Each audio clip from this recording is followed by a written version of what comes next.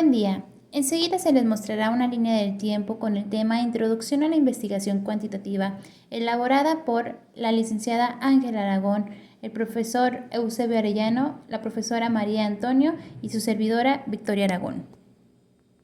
Los antecedentes sobre la investigación cuantitativa surgen a partir del siglo XVIII y XIX, en el proceso de consolidación del capitalismo y en el seno de la sociedad burguesa occidental, con la finalidad de analizar los conflictos sociales y el hecho económico como un universo completo.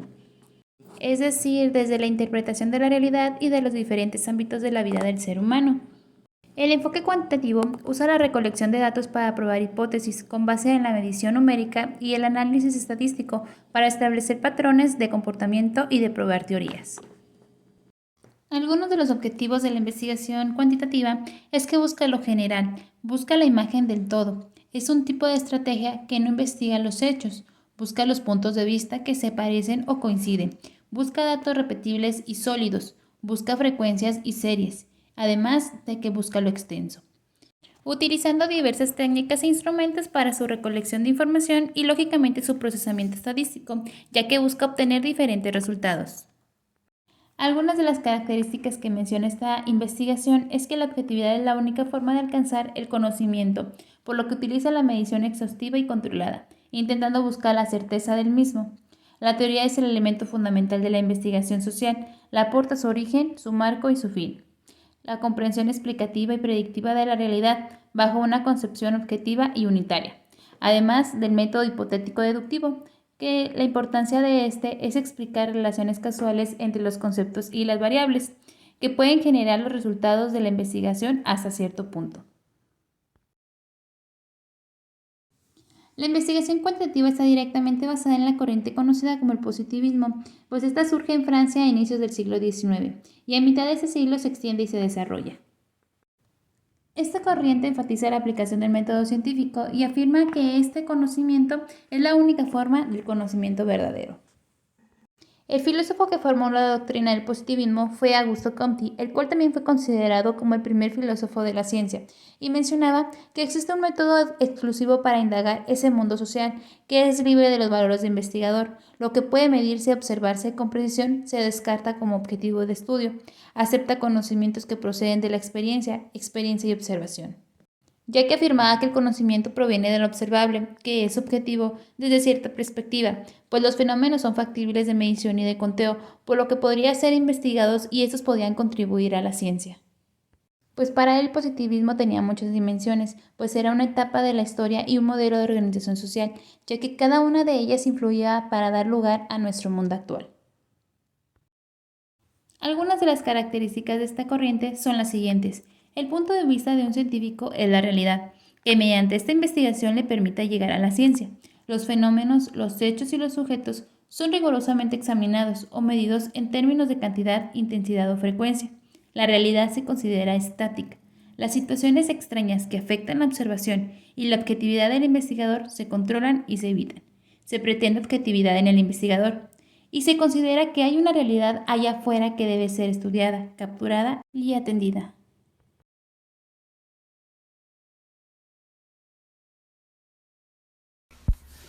El neopositivismo, positivismo lógico o empirismo lógico es una corriente filosófica que surgió en 1921, cuando unos pensadores de aquellos años se reunieron y consideraron que la filosofía y la ciencia no deberían estar juntas.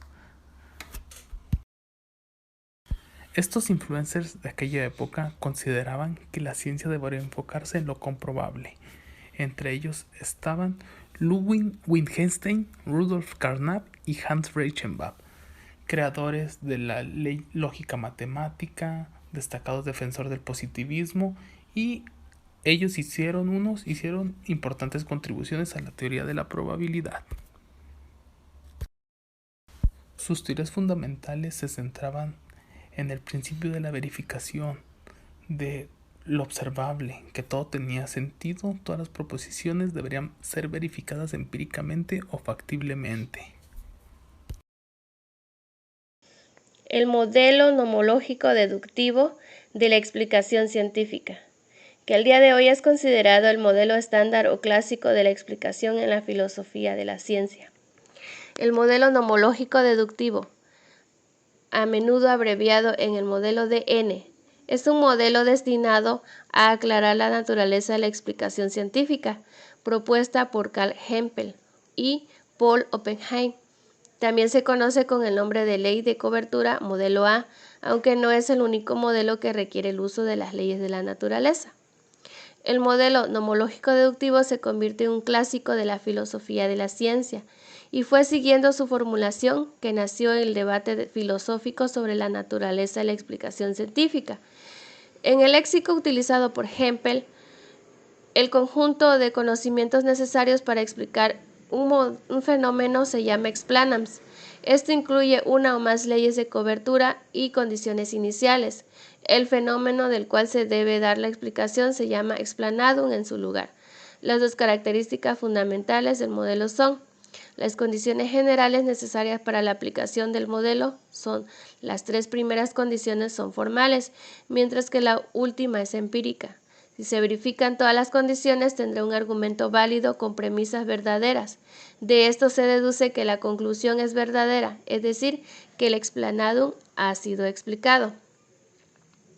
El modelo presupone una explicación es siempre una deducción, lo que se deduce en la proposición que expresa el hecho que se quiere explicar. Entre las premisas debe figurar leyes. Estas pretenden explicar los sucesos de la naturaleza mediante regularidades que tienen que acaecer. El modelo nomológico deductivo, según Hempel, para que el modelo opere debe cumplirse ciertas condiciones. El razonamiento no debe constituir un círculo vicioso, no debe construir una explicación utilizando de forma explícita las premisas, el enunciado que se quiere explicar. Todos los enunciados que se figuran en la deducción, datos y leyes deben ser verdaderos. Según Popper, las leyes deben de ser integrantes de una buena teoría. Enfoque cuantitativo. En las ciencias sociales se identifica principalmente con dos corrientes de pensamiento. Desde las primeras formas organizacionales, el ser humano ha empleado enfoque cuantitativo para fines sociales. Esto se evidencia en el registro de los censos poblacionales de civilizaciones antiguas, como viene siendo Egipto, Roma y Sumeria, sentando las primeras bases de la etnografía y la demografía. Un claro ejemplo que tenemos hoy en día es el censo que hacen en nuestro domicilio, en el cual alguna persona del gobierno va y te visita a tu domicilio y te hace como una tipo entrevista en la cual te pregunta cuántas personas viven en tu domicilio, sus edades y otras preguntas. Y después ellos registran todos esos datos en un sistema en el cual tú puedes checar en internet y ver la población que hay en tu estado. Como bien, después observamos una línea del tiempo del enfoque cuantitativo en el cual en el año 1748 Godofredo emplea la palabra alemana estadística para referirse a una nueva ciencia que sería el aliado eficaz de un gobernante consciente. Para 1801, William desarrolló gráficas estadísticas para representar resultados. En 1817, Mark Antony desarrolló la encuesta en el sistema educativo. Para 1849, distintos autores, como viene siendo Auguste Comte, Emile Durkheim, Frank Bacon y Immanuel Kant, publican el discurso sobre el espíritu positivo, el antecedente principal en un paradigma denominado positivismo. Para 1916, Mark Antony desarrolla la encuesta en el sistema educativo. Después, en 1935, Ronald Fisher consolida en su libro el diseño de experimentos el análisis de varianza y las pruebas de significación en general.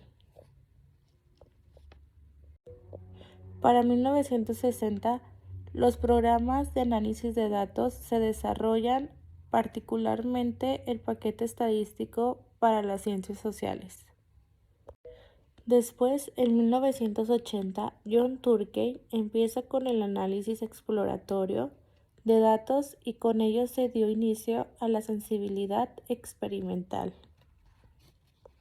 Después, para el año 2000, se generan complejos algoritmos llamados redes neuronales artificiales que permiten la recolección y análisis de grandes volúmenes de datos generados en las redes sociales.